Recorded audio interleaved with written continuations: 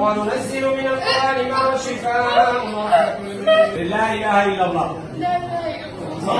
তিনি বাক প্রতিবন্ধীর মুখে হাত রেখে পবিত্র কোরআন তেলাওয়াত করছেন, সাথে সাথে কথা বলতে পারছে সে। কানে শুনতে পায় না এমন ব্যক্তির কানের কাছে হাত রেখে কোরআন তেলাওয়াত করছেন, সাথে সাথে কানে শুনতে পাচ্ছে সে। শারীরিকভাবে অসুস্থ ব্যক্তির মাথায় হাত রেখে কোরআন তেলাওয়াত করছেন, এতে তিনি সুস্থ হয়ে উঠছেন।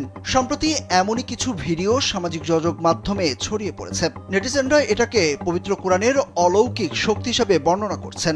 রেফারেন্স হিসাবে তারা পবিত্র কোরআনের সূরা বনী ইসরাইলের ৮২ নং আয়াত তুলে ধরছেন। স্যান্ডেলিনা সো, রূপচর্চায় আভিজাত্য। সূরা বনী ইসরাইলের ৮২ নং আয়াতে বলা হয়েছে, আমি কোরআনে এমন বস্তু নাজিল করেছি যা মুমিনদের জন্য নিয়ামত ও রহমত। আবার অনেকে লিখেছেন, বিজ্ঞানীরা শত কোটি বছর চেষ্টা করে যেটা পারবেন না, মহান আল্লাহ কয়েক সেকেন্ডের মধ্যেই সেটা পারেন। জানা গেছে ওই ব্যক্তির নাম মালা আলী কুর্দিস্তানি। তিনি ইরাকের কুর্দিস্তান এরিবিলের বিখ্যাত আলেম। তিনি সেখানে নবিব ক্লিনিক নামে একটি ক্লিনিক পরিচালনা করেন। সামাজিক মাধ্যম ফেসবুকে তার ৫.৭ মিলিয়ন অনুসারী আছে।